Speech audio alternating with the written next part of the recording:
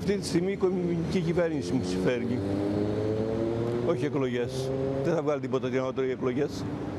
Στην κατάσταση που βρισκόμαστε τώρα, η οικονομική κυβέρνηση μόνο μπορεί να βοηθήσει. Να δώσει μια λύση. I understand that every major party now tries to capitalize its gains from the previous elections, but that's not going to prove anything to the Greek people. It's not going to get anything back to us.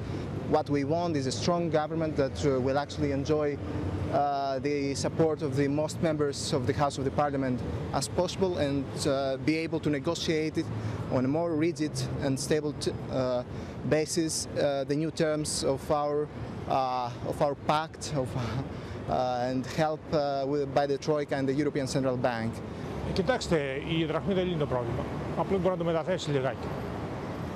Το θέμα είναι εμείς μπορούμε να παράγουμε αυτά τα οποία καταναλώνουμε, ναι ή όχι. Κανένα σπίτι το οποίο ξοδεύει περισσότερα το μήνα από όσα εισπράττει δεν μπορεί να επιβιώσει για μακρόν.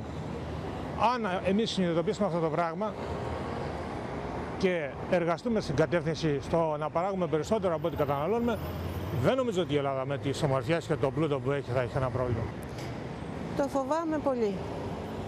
Ότι μπορεί ίσως να μην το καταφέρουν. Γιατί επικρατούν άλλα μέσα στο μυαλό τους, δεν ξέρει, κανένας δεν ξέρει με